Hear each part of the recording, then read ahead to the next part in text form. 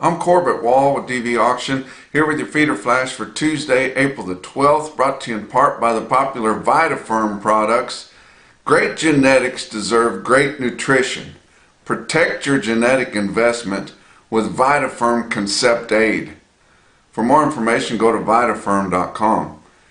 Spring blizzard, and I've been talking about the winds that have just been whipping all over the country, and a lot of times that wind is caused by uneven heating of the earth, and a lot of times it stirs up storms, and indeed it has in the lower Midwest, maybe clipping part of the plains, but I doubt it.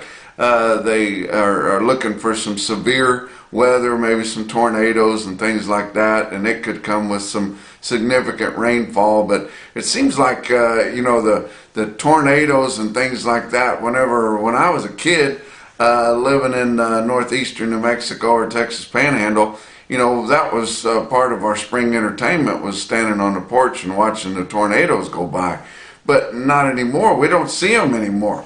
They have shifted to the east quite a ways and to the north quite a bit. But so we just don't see those anymore. It just seems like that dry line runs right down through the Texas Panhandle or over on the east side of the Texas Panhandle, and we just don't get any kind of moisture to speak of, let alone a big storm like that coming in our country. But indeed, there's going to be some weather to watch out for in the lower Midwest, Missouri, Oklahoma, Arkansas, places like that. But up in the north, guys, this is going to be a bad one. I've had several of my feeder flash gang members mentioning that they're looking for a spring blizzard in North Dakota, eastern Montana, northwestern South Dakota. Now, those are some of the driest places that we've seen, going back for the last year. And it seems like sometimes Mother Nature just has a way of going back and fixing things that they've put undue pressure on. But this looks like it could be a doozy. Sometimes these spring blizzards, are just much worse than what they even predict. But they're predicting them to be 18 inches plus, 18 to 24, and maybe some areas up there in North Dakota having all-time record snowfall. And you get those big snowfalls in the spring of the year, pulled in from a lot of moisture. But we just really feel for those people up there. They've got to get protected, because a lot of them have just started calving, and man, you just hate to see those newborn baby calves suffering in a snowdrift. It would seem like more of them would fall calf, but they don't get tired of all this these spring blizzards coming through. But it could come with some significant moisture, which is what they need in a bad way.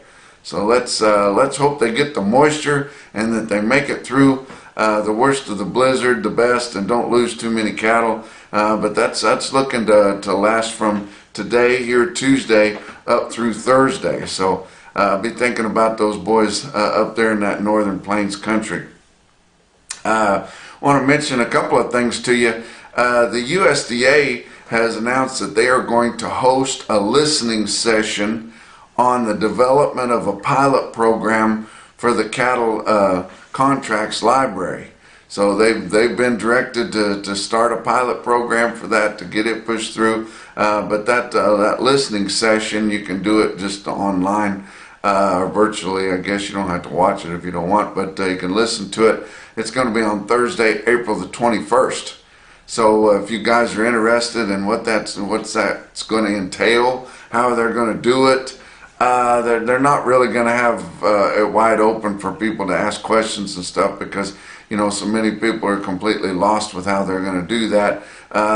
They would never be able to have enough time to get that done. But you check into that, and if you're interested in seeing how they're going to do that, what it's going to look like, and everything, check into that listening session. And they said it's going to be 2 parts, but they haven't announced the second part yet. Also want to talk about, of course, your Cattle Price Discovery and Transparency Act that I've been supporting here for the last 2.5 years. And very excited that it's getting as far as it is. And I mentioned or last visit or the one before, that they have announced the Senate Ag Committee is going to have a hearing on that bill, and that is going to be Tuesday, April the 26th. I've talked to you so many times about the authors of that bill that are pushing it through is Deb Fisher, Chuck Grassley, Wyden from Oregon, and John Tester from Montana. Then it's got 9 Republican co-sponsors in the Senate and 9 Democratic co-sponsors. You talk about bipartisan, and they want to get something done bipartisan, and the White House administration has endorsed this bill. I tell you what, the North American Meat Institute and National Corporate Beef Association are going to have to fight double time to get this deal stopped and to try to kill it. But if they don't get too much done, we're going to get this deal pushed through, and we're fighting for it too. And I know a lot of you guys have called in to your lawmakers, and if you haven't, I encourage you to do that. I got an email back from Ted Cruz just today on that, where I went in and put my 2 bits in. But it will get recognized, it will get noted, and a lot of times if those lawmakers don't have a big feeling one way or the other, they'll just take a vote on how many contacts they had one way or the other, and they'll go that way. But I've got a really good feeling about this bill. I think we can get it pushed through. The House has announced that they're going to have their Ag Committee hearing the following day on the 27th. So, and they've invited testimony from the CEOs of the Big Four.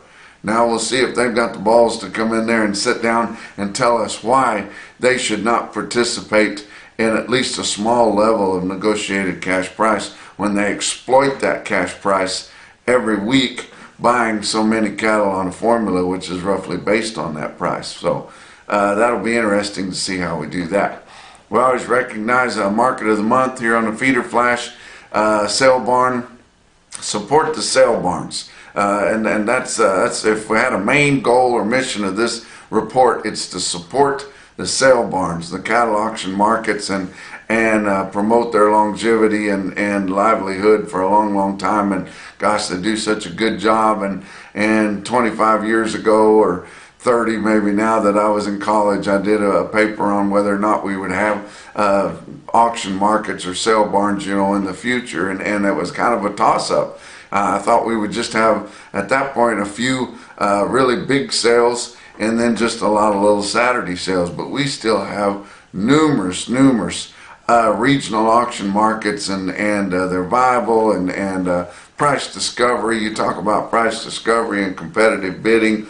And just that's what makes the cattle business so good. You can turn those cattle into cash 6 days a week in most parts of the country, just taking them to your local sale barn. But Market of the Month, the sale that over the last month has done just a really good job working for their customers and having stick-out sales regularly, is Sioux Falls Regional Livestock in Worthing, South Dakota. If you haven't been up to that facility, it is first class. I remember when I was with USDA several years ago, we graded tons and tons of fat cattle deliveries there. But you talk about a first class facility. They sell all classes of cattle, including fat cattle, and have good market there every week. They've had some really impressive quotes on their feeder cattle auction. They've got one today on today's Feeder Flash. They're on DV Auction. You can view and bid every sale there on dvauction.com. And one reason I'm really proud of that sale, it was a home for all the commission firms and the customers and the people from Sioux Falls Stockyards to go.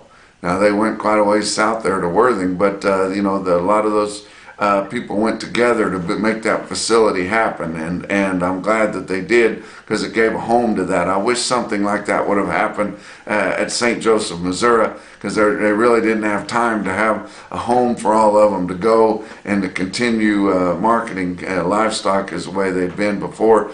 So they all just kind of scattered out and lost that camaraderie and the feeling of a stockyard. But Sioux Falls Regional Livestock is a new facility that still has the feeling of an old stockyard.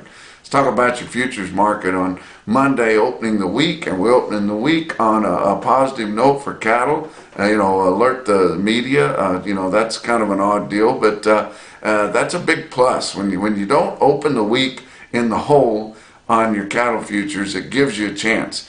April live cattle futures on Monday were up 70 cents at 138.52. June was up 97 at 134.80. Go on your back months and they were up 15 cents to up 87. So really a banner day in your live cattle pits. And starting a week on a short week, with the up day on Monday, they've got a good opportunity to maintain some positive ground this week. April feeder cattle futures up 10 cents, 156.65. May was up 52 cents at 159.90. Go on your back months, your feeder cattle down just 25 cents to up 47 was the range in your back months. So really a good day in Chicago for your CME cattle futures. How about your grains? Of course, they were down for the most part, which has allowed your cattle market to come up. But corn was only down 4 1/4 cents, so that wasn't lending that much help. But ending regular session trading at 704.5. Soybeans down 33 3/4 cents at 16.55 1/4. And Kansas City hard red winter wheat, it was higher, up 34 3/4 cents at 11.41.5, but still not as high as it's been through this war ravaged time, which is what's causing our grains to be so volatile with all that uprising over there in Ukraine. It doesn't look like it's going to end anytime soon. Let's talk about your weighted average on last week's negotiated fat cattle sales in your 5-area feeding region. 84,100 head, which is decent movement. Not quite as big as the previous week of 84,900 or the same week a year ago, which was 96,800 head. But live sales of steers and heifers range from 136 to 143. That was 50 cents to $1 lower. Your weighted average on live steers come out to be 138.82. That was down right at 50 cents from the weighted average from the previous week, so it wasn't a total wreck. Dress sales last week in the 5-area feeding region, 219 to 226. That was straight up $2 lower. But the weighted average on dressed steers was 222.43. That was only down 18 cents. So there was a little bit of change in there within that range. But nationwide, we had 96,600 head. Negotiated sales nationwide on the 5-area and the outskirts, that compared to 97,800 the previous week, 108,500 the same week a year ago. And they've been talking about buying so many cattle out front or for future delivery, setting the market up.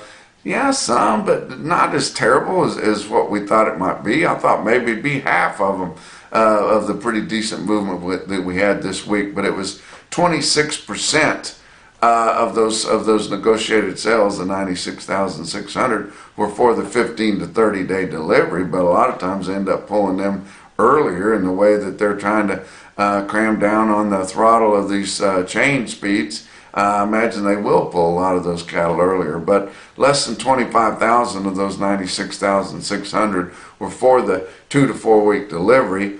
We talked about how many negotiated sales we had. We had 38,600 negotiated grids last week and 249,200 head of formulas.